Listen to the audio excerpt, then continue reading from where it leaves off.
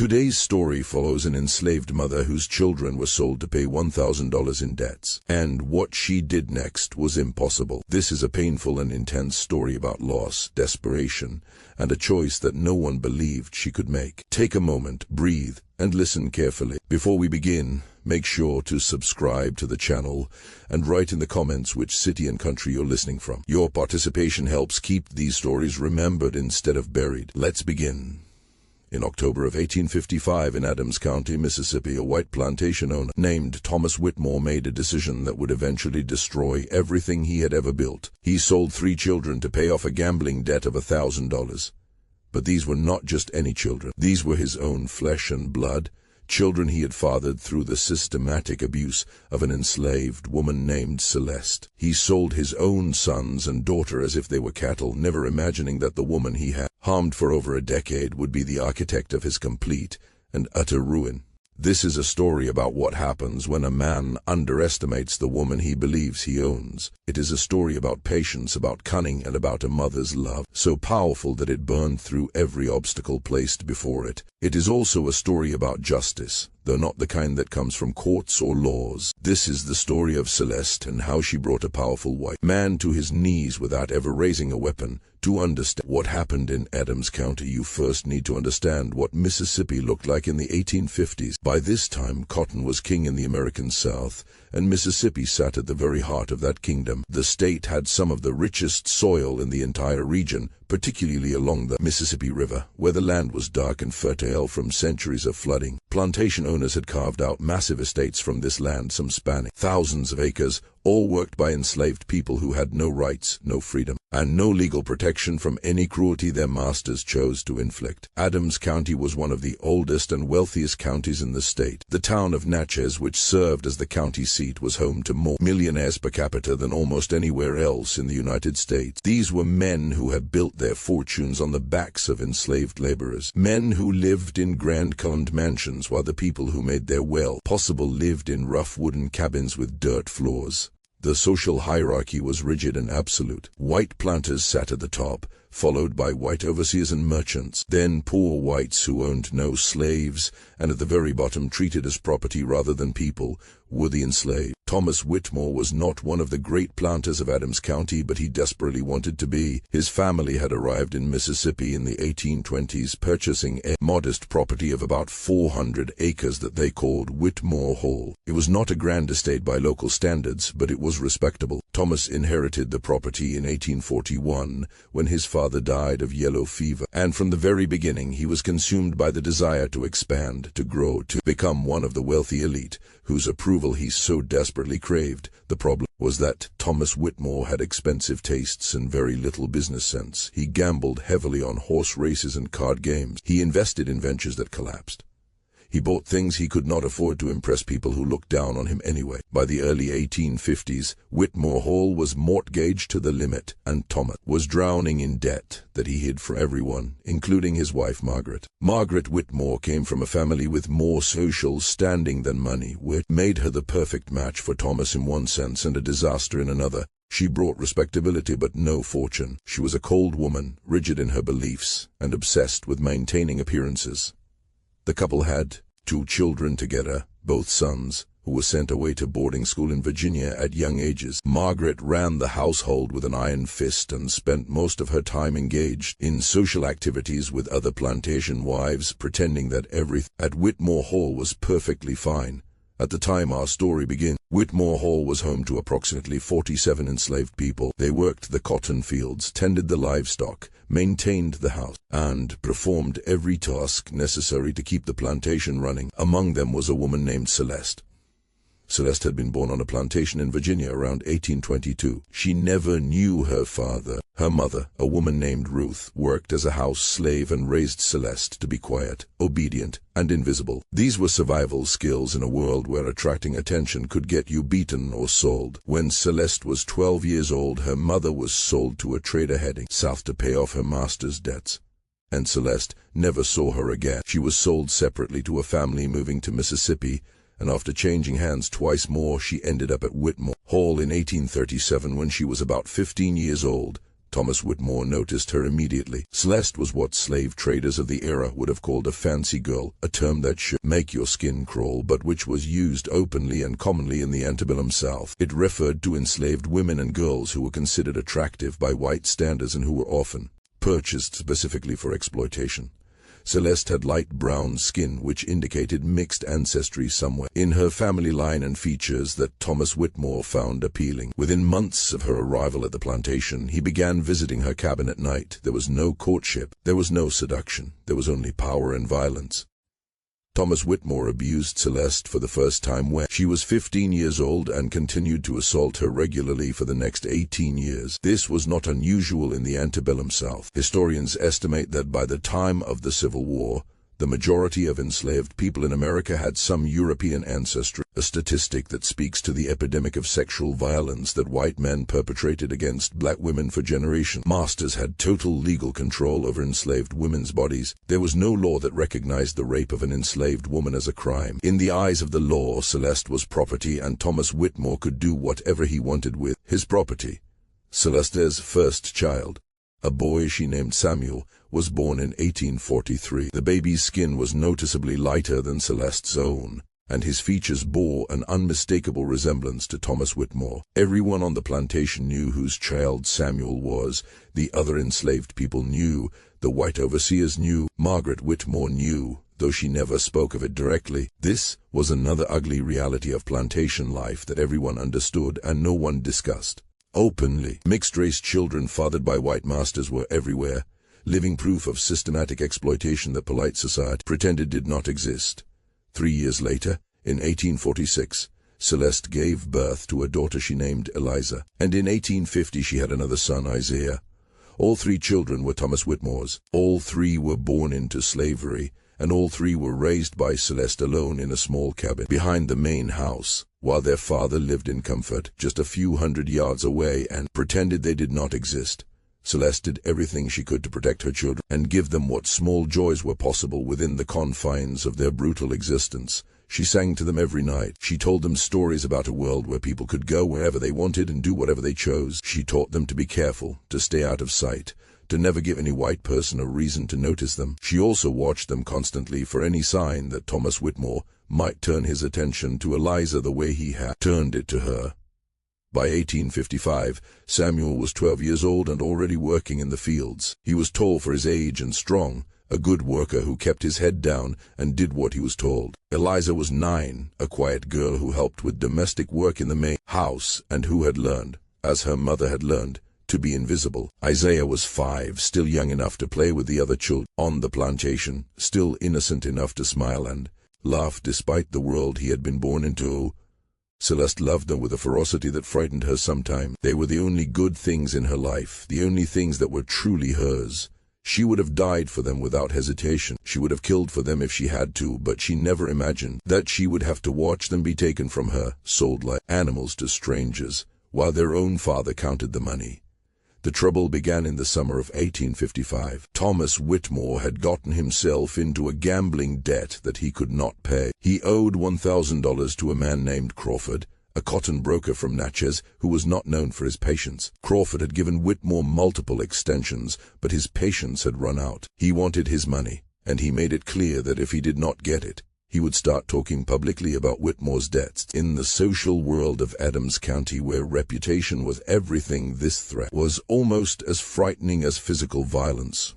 Whitmore was desperate. He had already borrowed everything he could borrow. He had sold off parcels of land until there was nothing left to sell without losing the plantation itself. His crops that year had been mediocre, not enough to cover his operating. He could barely cover his daily expenses, let alone clear his debts. He needed $1,000, and he needed it fast. When the answer finally came to him, it was harshly simple. He would sell some of his slaves.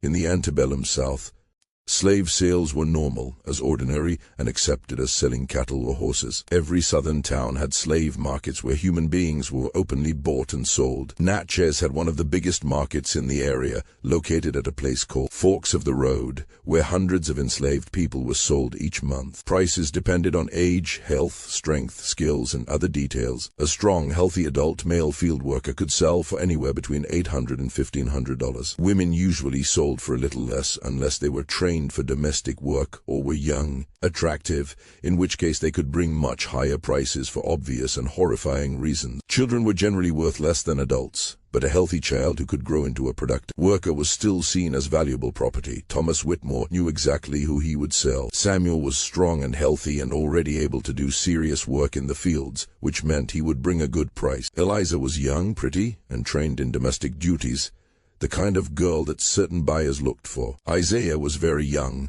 but children his age were often sold in groups or to buyers who were thinking long-term. Together, the three children could easily bring in more than enough money to pay Whitmore's debt to Crawford. The fact that these children were his own blood did not seem to trouble him at all. Perhaps he had never truly thought of them as his children.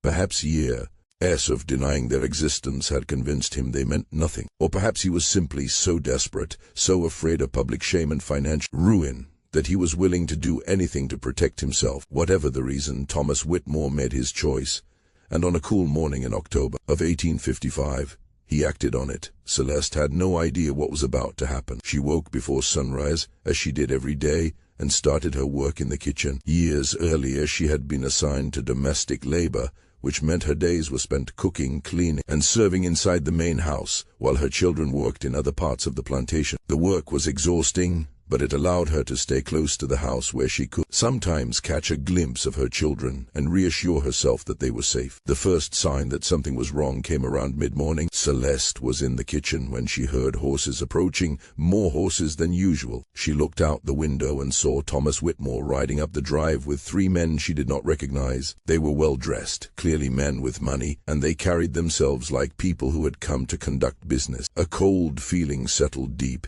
in Celeste's stomach. She had seen slave traders before. She knew the way they looked at people, the way their eyes measured bodies and turned human lives into numbers and prices. These men had that same look. She tried to tell herself she was mistaken. She told herself, that Whitmore must be selling field hands, or maybe older workers who were no longer as productive. But the cold feeling would not leave her. When she saw one of the men gesture toward the area where the children often played, her heart seemed to stop. Celeste did not stop to think.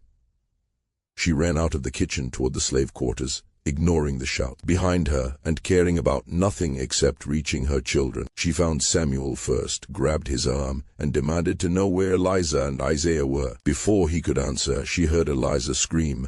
The moments that followed became a nightmare that Celeste would replay in her mind for years. White men she had never seen before were grabbing her children and dragging them toward the horses and the wagon. Samuel fought back, and one of the men struck him across the face so hard that blood burst from his nose. Eliza was crying and calling for her mother, struggling against hands that clutched her thin arms like iron. Isaiah, only 5 years old, stood frozen in fear, tears running down his face, too terrified even to cry out. Celeste threw herself at the men.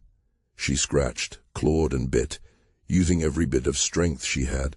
It did not matter. Someone struck her from behind, and she fell hard to the ground, her face hitting the dirt. When she finally pushed herself up, her children were already being forced into the wagon. Samuel was still resisting, and his hands had been tied.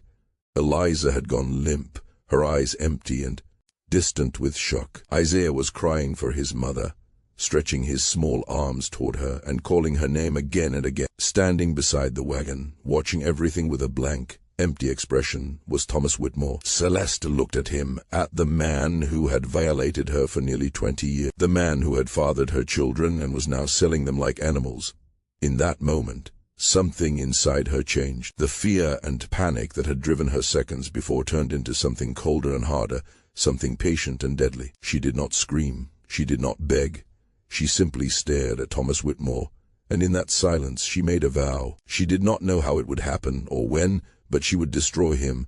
She would take everything from him. She would make him suffer in ways he could never imagine. And after he had lost it all, she would find her children and bring them back. The wagon rolled away, carrying her children down the dusty road toward Natchez, where they would be separated and sold to different buyers. Samuel was sold to a cotton planter from Alabama named Jeremiah Stone. Eliza was bought by a wealthy family in New Orleans to work as a domestic servant. Isaiah, considered too young to be immediately useful, was sold cheaply to a sugar plantation in Louisiana, where young children were often put to work in the fields as soon as they were able to walk. In a single morning, Thomas Whitmore had scattered his own children across 3 different T states, he paid off his debt to Crawford and returned to his life as though nothing had happened. That night, he ate dinner in his fine dining room served by enslaved people who moved quietly around him. He slept in his comfortable bed beside his wife Margaret, who asked no questions about where the money had come from. The next morning, he woke up and went on with his business, never giving a thought to the children he had sold or the woman whose life he had shattered, but Celeste was already planning. In the days after the sale, she moved through her work like a shadow. She cooked, cleaned, and served exactly as she always had. She answered when spoken to and followed every order. To anyone watching, she looked like a woman who had accepted her loss, someone who had surrendered to her fate. That was exactly what she wanted them to believe. Inside her mind, she was constantly thinking, turning over ideas, searching for weaknesses she could use. She had no power, no money, and no legal rights. She was considered property, and every move she made was watched by white people who could punish her for the smallest sign of disobedience. Any plan she created would require perfect patience and complete secrecy. One wrong step, one suspicious action, and she could be sold away herself, or beaten until she could no longer think clearly enough to plan anything at all. The first thing Celeste needed was information. She had to learn Thomas Whitmore's weaknesses, his secrets, the things he hid from the world. She needed something she could use against him, some kind of leverage that would allow an enslaved woman with no rights to bring down a white plantation owner in a society built to prevent exactly that. Working inside the main house gave her chances that field workers never had. She moved in and out of rooms all day, cleaning, cooking, and serving. She overheard conversations not meant for her. She saw papers left on desks, letters delivered by mail, and visitors who came and went. Most house slaves learned to protect themselves by pretending not to see or hear anything. Celeste chose the opposite path. She began to notice everything at first. She did not know what she was searching for. She collected information almost without direction, memorizing names, numbers, and pieces of conversation, even when she did not understand their meaning. Thomas Whitmore spoke to visitors about money problems. Margaret Whitmore wrote letters to her sister complaining about her husband's gambling habits. The overseer reported on crop yields and the productivity of the enslaved workers. Business partners visited to talk about cotton prices and shipping deals. Celeste took it all in, storing every detail in her memory, waiting for something useful to reveal itself. One major problem remained. Celeste could not read. Like most enslaved people in the South, she had never been taught. In many southern states, it was illegal to teach enslaved people how to read or write. Slaveholders knew that literacy meant power, that someone who could read could gather information, forge passes, and secretly communicate with others. Keeping enslaved people illiterate was a deliberate form of control. But Celeste understood that if she was going to succeed, she would have to learn, and she knew exactly who could help her. His name was Solomon. He was an old man, nearly 70 years old, who had lived and worked at Whitmore Hall since before Thomas Whitmore was born. When he was young, he had been a house slave on a plantation in Virginia where his owner unusually had allowed some enslaved people to learn basic reading and arithmetic. Solomon had learned to read as a child and had kept that knowledge hidden he had been cautious for almost 50 years. He never read in public and never showed his ability to anyone he did not trust completely.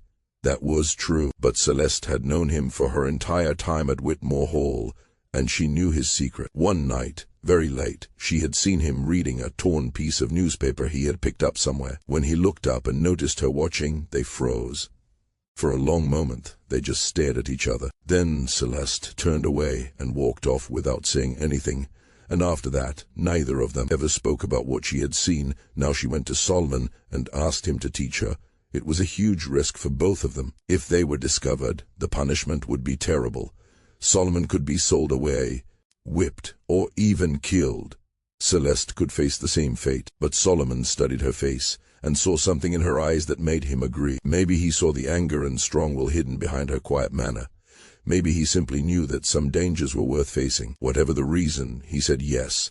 They began meeting secretly late at night in a dark corner of the barn where no one usually went. Solomon taught Celeste the letters first, then simple words, and later longer and harder passages. Celeste learned quickly. Her hunger to learn was so strong that she took in knowledge the way dry ground drinks in rain. After a few months, she could read simple papers. After a year, she could read almost anything, though it was still slow and took effort. Now doors opened that had always been closed to her. She could read the letters Margaret Whitmore received and carelessly left behind. She could read business papers in Thomas Whitmore's study while she cleaned. She could read receipts and records that showed every exchange of money on the plantation. Slowly, the truth became clear. Thomas Whitmore was not just having money problems. He was very close to losing everything. He owed money to banks, shop owners, and other planters. He had borrowed against the plantation itself, which meant if he failed to pay, it could all be taken from him. His cotton harvests had been getting worse for years. Part of it was because he refused to spend money on caring for the land, and part of it was because he worked the enslaved people so brutally that sickness and exhaustion lowered their output. Margaret had a small inheritance kept separate from his accounts, but even that could not save him. Thomas Whitmore was a man sinking fast, dragging everyone around him down as well. This knowledge was useful, but it was not enough.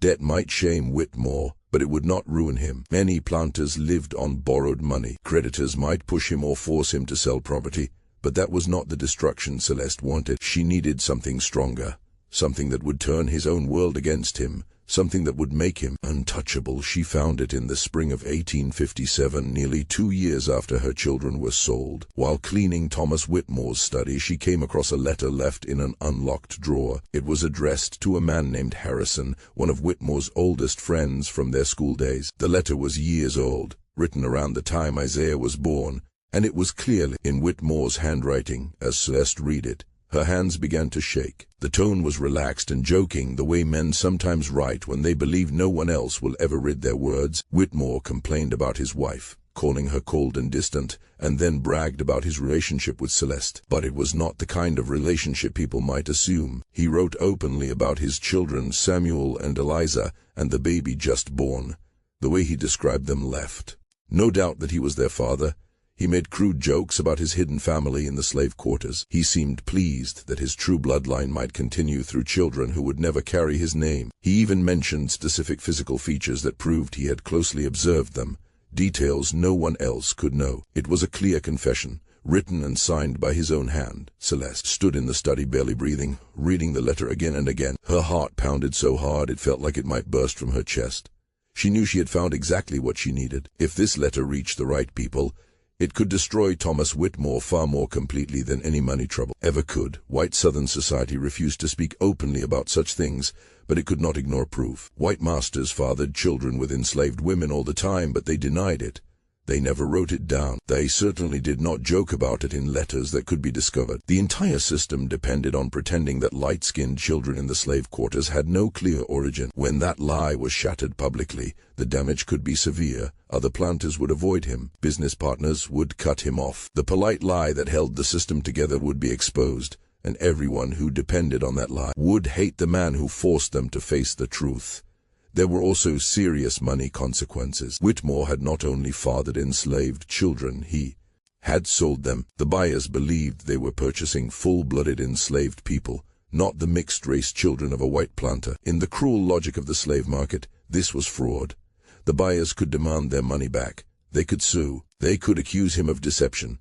This had nothing to do with right or wrong. It was about money and reputation, the only things men like Thomas Whitmore truly valued. And now Celeste held the weapon that could destroy both. Still, she could not act immediately. She had to be careful. She needed more proof and a way to expose Whitmore without losing her life. So she placed the letter back exactly where she found it and returned to her duties. She showed no change. She cooked supper that night, washed the dishes, and went to her cabin. Lying in the dark, staring at the ceiling, she began to plan. Over the next months, Celeste gathered more proof. She discovered Margaret Whitmore's diary, filled with painful entries about her suspicions. Margaret had never confronted her husband, never spoken aloud, but she had written everything. She described the children in the slave quarters who looked so much like Thomas. She wrote about seeing him leave Celeste's cabin late at night. Her words recorded her shame and anger, all in her own handwriting, backing up the letter. To Harrison, Celeste also saved small objects that could serve as evidence. Locks of hair from Samuel and Eliza that she had kept since they were babies.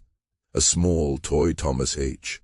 had carved for Samuel when the boy was very young, before Whitmore had fully shut his heart to their existence. Alone, these items proved little, But together with the letters and diary, they told a story that would be hard to deny. The last part of her plan involved the people who had bought her children. She needed to know who they were and where Samuel, Eliza, and Isaiah had been taken. This was difficult. Slave sales were poorly recorded, and no one felt obliged to tell a mother anything. But Celeste listened closely when her business was discussed. Slowly, she pieced together the facts. A planter named Stone from Alabama had bought Samuel. A family named Beaumont in New Orleans had purchased Eliza. Isaiah had been sold to a sugar plantation in Louisiana, though she could not learn exactly where. Now she had proof, and she knew who held her children. The problem was how to use what she knew. She could not send letters herself. She could not communicate directly with white people in a way they would accept. Even if she could, no one would believe an enslaved woman. They would dismiss her or ignore her completely. She needed someone else, someone whose voice carried weight. She found that person in the fall of 1857. His name was James Crawford. The same cotton broker Thomas Whitmore had owed $1,000 to 2 years earlier. Crawford was not a good man. He made his living from slave-grown cotton and felt no shame about it. But he was a businessman, and he despised honesty and unpaid debts. He still held bitterness toward Whitmore for dragging out his payments, and he was always searching for information that could give him power over others. Took a very large risk. She chose a moment when Crawford came to the plantation on business, and she waited until she could speak to him alone. When she finally approached him, she told him that she had information about Thomas Whitmore that could be extremely valuable to the right people. At first, Crawford did not trust her. He was cautious and clearly suspicious. Celeste understood this and moved carefully. She did not tell him everything right away. Instead, she revealed only small pieces, enough to catch his attention. She hinted at scandal and dishonesty, but avoided giving full details. She explained that Whitmore had sold children under false claims, and that the people who bought them would be very interested to learn the truth about what they had actually purchased. Crawford was curious. Even though he did not fully believe Celeste, he could see that there might be truth in what she was saying. He agreed to look into the matter and told her that if her information proved to be correct, he would make sure it reached the people who needed to hear it. Over the following weeks, Crawford carried out his own investigation. He contacted the men and families who had bought Samuel, Eliza, and Isaiah. He asked casual questions about the purchases and whether they were satisfied with what they had received. He reviewed the records of the sales and studied the written descriptions of the children. Slowly, the pieces began to fit together. Once he was convinced that Celeste's story was likely true, he returned to her and asked for proof. Celeste gave him copies of the letter and pages from the diary. She had carefully copied them by hand late at night in the barn, using the writing skills Solomon had taught her. She also handed over the locks of hair and the small carved toy. Finally, she told him everything she knew about Thomas Whitmore, about his relationship with her, and about the children he had fathered and then sold away. Crawford took all of it and left Whitmore Hall without another word. For weeks after that, Celeste heard nothing. Life continued as usual on the surface. She kept doing her work, cooking, cleaning, and serving, showing no sign that anything had changed. Inside, she waited and hoped that her plan would succeed. She did not know whether Crawford would keep his word. She did not know if the evidence would be strong enough. She did not even know if she would live long enough to see the results of what she had started. Then, in early 1858, everything began to unravel for Thomas Whitmore. The first sign of trouble came in the form of a letter. It arrived at Whitmore Hall on a cold morning in January of 1858. The envelope was addressed to Thomas Whitmore and marked urgent. Celeste was serving breakfast when Whitmore opened it. She pretended to focus on arranging dishes on the sideboard, but she watched his face closely. She saw the color drain from his skin. She noticed his hands shaking. He read the letter once, then again, and then a third time, as if he could not accept what it said. The letter came from Jeremiah Stone, an Alabama planter who had bought Samuel almost 3 years earlier. Stone was a blunt man who did not waste words. He wrote that he had recently learned disturbing information about the boy he had purchased. According to what he had been told, Samuel was not the child of 2 enslaved parents, as Whitmore had claimed, but was actually Whitmore's own illegitimate son. Stone demanded an explanation. He also demanded a full refund of the $400 he had paid, along with compensation for the cost of feeding and housing what he coldly referred to as damaged goods. Thomas Whitmore set the letter down and stared into empty space. His wife Margaret asked what was wrong. He brushed it off and said it was nothing serious, just a business issue. But Celeste could see the fear in his eyes. She could see that he was beginning to realize something terrible was happening, something far beyond his control. In the weeks that followed, more letters arrived. The Beaumont family of New Orleans, who had purchased Eliza, wrote with the same accusations and similar demands. They were even more furious than Stone. They had bought Eliza to work in their household, helping care for their daughters and managing domestic icy tasks. Now they had learned that she was the half-sister of white children, the daughter of a white planter who had sold his own child. The social consequences horrified them.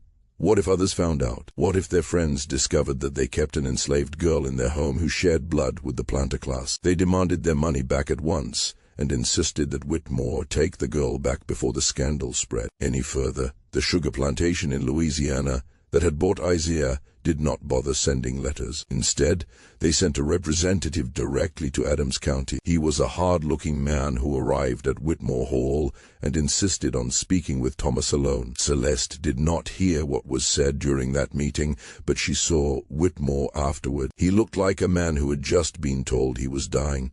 The story spread through Adams County like fire through dry grass. James Crawford, staying true to his nature, did not keep the information to himself. He shared it with business partners who shared it with friends. Those friends told their wives, and soon the story moved through every parlor and drawing room in Natchez. Within weeks, everyone knew.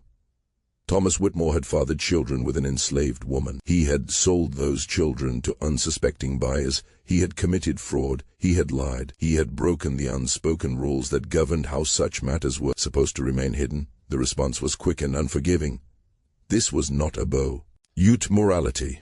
No one in Adams County truly cared that Whitmore had abused an enslaved woman for 18 years. That was sadly common. No one cared much that he had fathered children with her. That too happened often, as long as it stayed unspoken. What mattered was the fraud. What mattered was that the truth had become public. What mattered was that Whitmore had been exposed, and that his carelessness now threatened to reveal the ugly system they were all part of.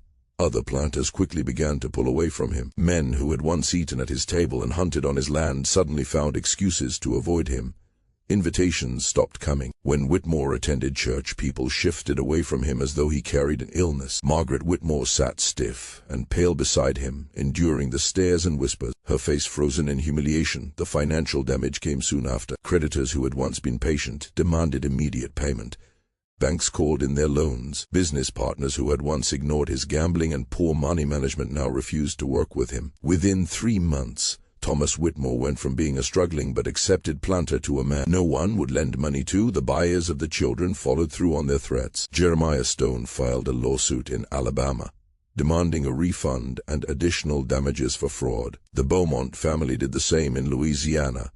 The sugar plantation joined the legal fight. Suddenly, Whitmore faced lawsuits in 3 different states, with possible judgments far greater than anything he could afford to pay. The most painful blow came from inside his own home. For years, Margaret Whitmore had pretended not to know about her husband's relationship with Celeste. She had pushed aside her suspicions and swallowed her shame, keeping up the appearance of a respectable marriage because society demanded it. Now her private suffering was public. Everyone knew. Her friends knew. Her family knew. Her children away at school would hear the rumors. Everything she had worked so hard to hide was exposed. Margaret could not cope. In the spring of 1858, she began to show signs of what people then called a nervous collapse. She stopped eating and sleeping. She would sit for hours staring into space, or suddenly explode in anger, yelling at servants and throwing objects. She became obsessed with the idea that everyone was laughing at her, that her life had been a lie. Her sister came from Virginia to help care for her, but Margaret only grew worse. By summer, she barely spoke clearly. She muttered about children, blood, and lies, and sometimes laughed without reason. In August of 1858, her family committed her to the Mississippi State Lunatic Asylum in Jackson. She would remain there for the rest of her life, never regaining her sanity and never returning home. The woman who had lived for appearances was finally destroyed by the truth she refused to face. Thomas Whitmore was left alone. His wife was gone. His legitimate children refused to speak to him. His friends had abandoned him. Creditors closed in, and lawsuits from Alabama, Louisiana, and the sugar country moved forward, ready to take whatever remained of his estate. Celeste watched everything quietly from the background. She continued her duties in the house, cooking, cleaning, and serving, showing no sign that she had anything to do with the disaster surrounding her master. If anyone suspected her, they said nothing. Most white people of the time could not imagine that an enslaved woman could plan something so complex and destructive. They did not believe someone they saw as property could possess such intelligence, patience, and determination. But Celeste was not finished yet. In the fall of 1858, Whitmore Hall the plantation was being put up for sale to cover Thomas Whitmore's debts. Land, the house, the tools, and every enslaved person on the property were to be sold to whoever paid the highest price. This was the moment Celeste had been waiting for, but it was also the most dangerous moment of all. If she was sold to a new owner, her life could be sent in any direction. She could be taken far away from Mississippi, far away from any chance of ever finding her children. Everything she had worked toward for the last 3 years could disappear in a single day. Still, she had one final option left to try: James Crawford, the cotton broker, who had helped spread damaging information about Whitmore. Did become something unexpected over the past year. He was not exactly a friend, but he had become a useful connection. Crawford had made a great deal of money from Whitmore's collapse, buying his debts cheaply and arranging things so he could claim valuable parts of the estate at auction. He was not a kind man, but he was a practical one, and Celeste had proven herself useful. She had shown that she could gather information others could not. A few weeks before the auction, Celeste went to Crawford one last time. She told him plainly that she wanted her freedom. She also told him she still had information to offer. She knew things about other planters in the county, secrets she had overheard during her years working inside the Whitmore house. She explained that she could continue collecting such information and pass it on to him, giving him an edge over his rivals. In return, she asked for only one thing.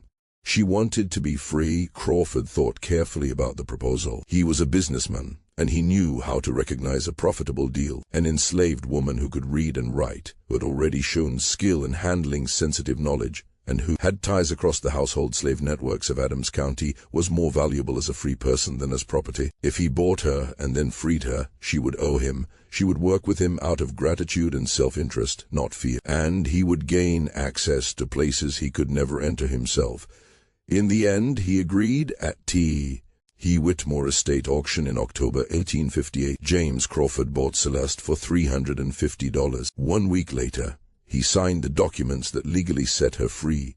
For the first time in her life, she was no longer enslaved. She was about 36 years old and had spent more than 20 years in bondage. Now, at last, she could begin the work she had been planning since the day her children were taken from her. Finding her children would not be simple. The South in 1858 was a wide and dangerous place for a free black woman traveling on her own. The Fugitive Slave Act of 1850 allowed almost any black person to be captured and accused of running away, with very little protection under the law. Free papers could be stolen, torn up, or ignored by white people who chose not to accept them. Moving from one state to another meant dealing with countless local rules and customs, any of which could lead to jail or worse. On top of that, the people who owned her children were under no obligation to sell them, no matter how much money she might offer. Even so, Celeste had advantages that many others did not. She could read and write. She had connections to James Crawford and, through him, to merchants and traders who operated across the South. She had spent 3 years studying the slave trade, learning how people were bought and sold, how records were kept, and how human beings were moved from place to place. Above all, she had a determination that could not be broken. He also had a little money. It was not much, but it was enough to begin. Crawford gave her a small sum as part of their agreement, enough to travel and survive for a short time. She added to it by working as a domestic servant in Natchez, saving every coin she earned and built a fund she hoped would one day buy her children's freedom. Her first goal was Samuel. He had been sold to Jeremiah Stone, a cotton planter in Marengo County, Alabama. From Crawford's business contacts, Celeste learned that Stone was one of the men involved in the lawsuit against Whitmore. That meant he was angry, and angry men were sometimes willing to bargain. In the spring of 1859, Celeste traveled to Alabama with her free papers and letters from Crawford. She went directly to Stone's plantation and asked to see him. The meeting began badly. Stone did not trust a free black woman traveling alone and asking questions about one of his enslaved workers. He accused her of causing trouble and threatened to have her arrested. Celeste remained calm. She explained that Samuel was her son. She told him she had money and was willing to pay a fair price.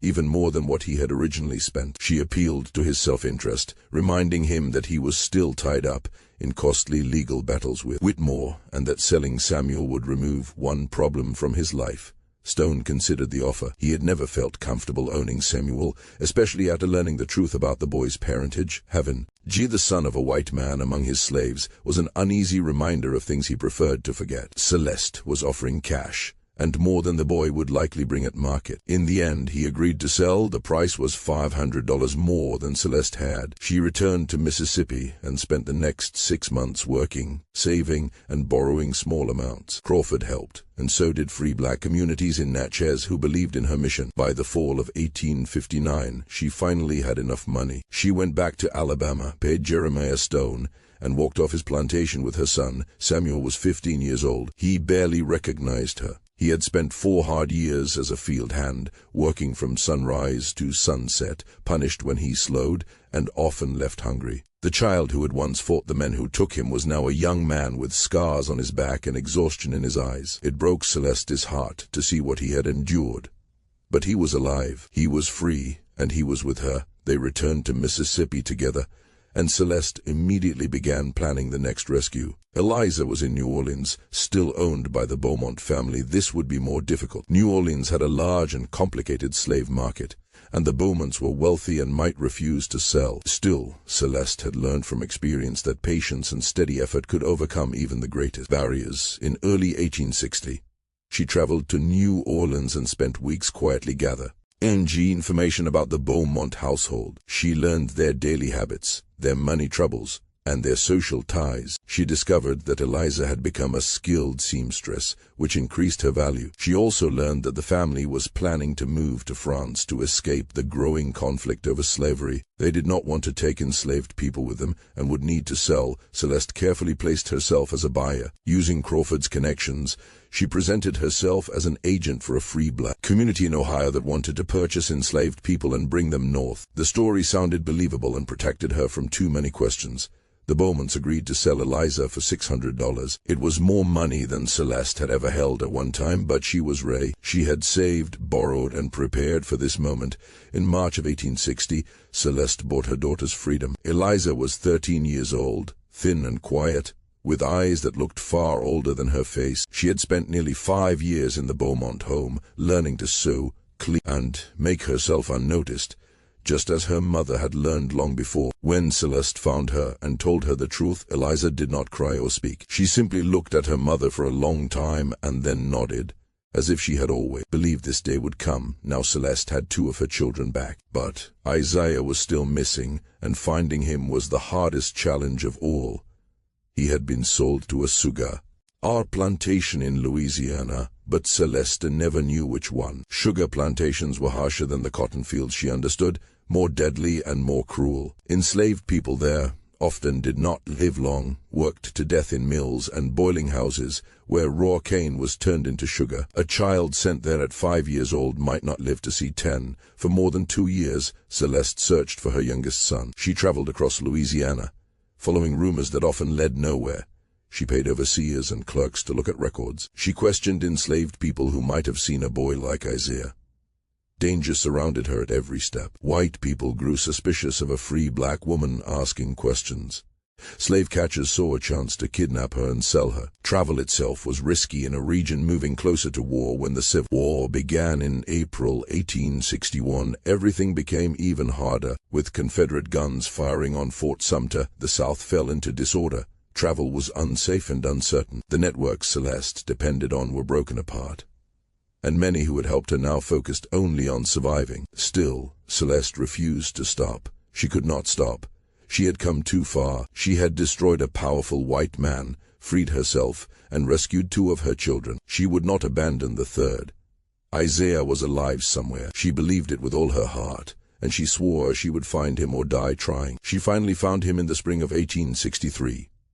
Isaiah was on a plantation called Lead Belter, about 50 miles west of New Orleans. He was only 12 years old. He had managed to survive for 8 long years in the sugar fields, and that alone was something rare. But staying alive had taken a heavy toll on him. Isaiah was much smaller than other boys his age. weak from hunger and marked with scars. One of his legs dragged as he walked because of an old injury that had never healed the right way. When Celeste finally located him and told him the truth about who she was, he did not recognize her at all. He had been just 5 years old when he was taken away. He could not remember his mother's face, could not recall the sound of her voice, and had no memory of the soft songs she once sang to him at night. To Isaiah, Celeste was nothing more than a stranger, a woman who suddenly appeared and said she was his family. He felt confused, scared, and angry all at once.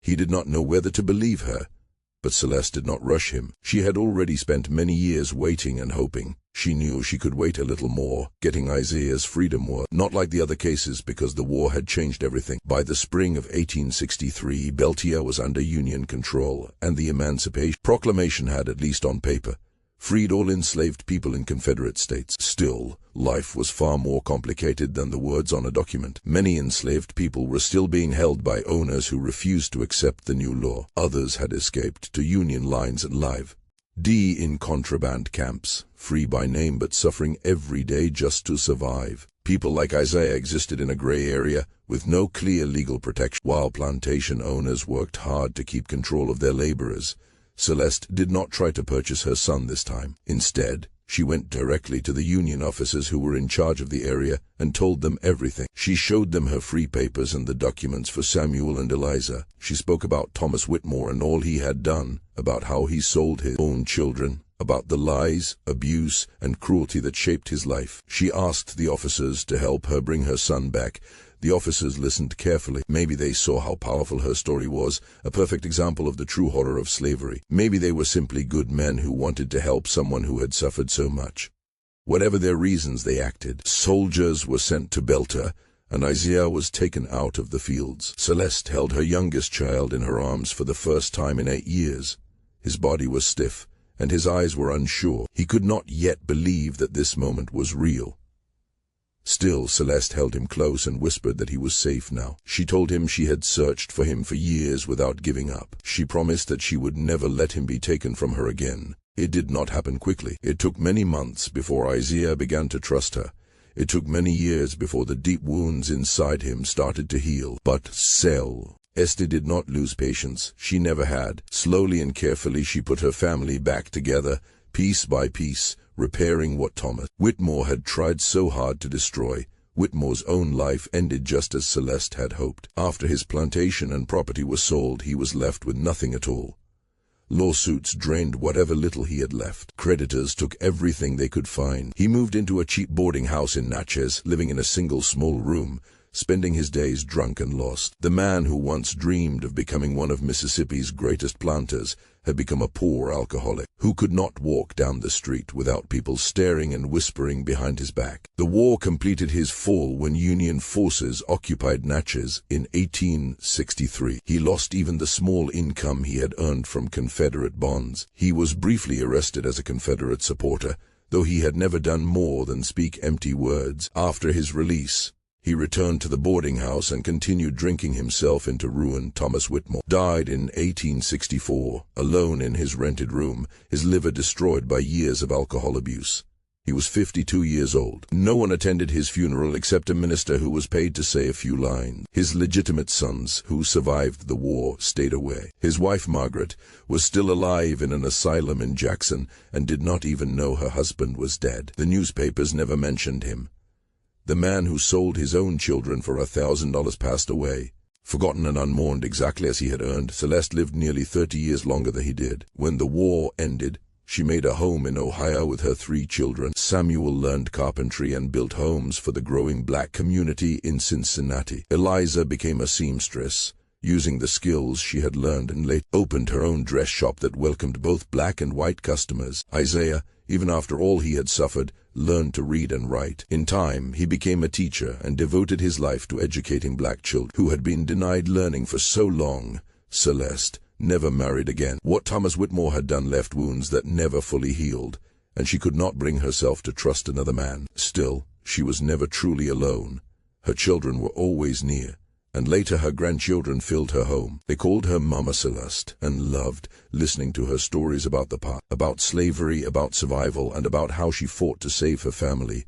She taught them patience. She taught them that knowledge was power, and that learning to read had given her strength no one could steal. She spoke about the importance of remembering the past so that such cruelty would never be allowed to happen again. She rarely spoke of revenge, but on quiet nights when the grandchildren were asleep and only her grown children were with her, she would smile softly and say there were many forms of justice.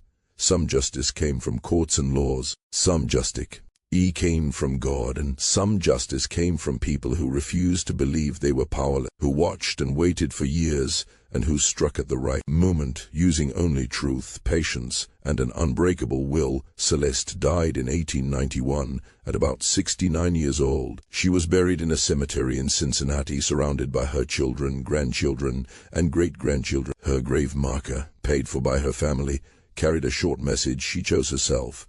It said, she found her children. When she died, Celeste had more than 20 living descendants.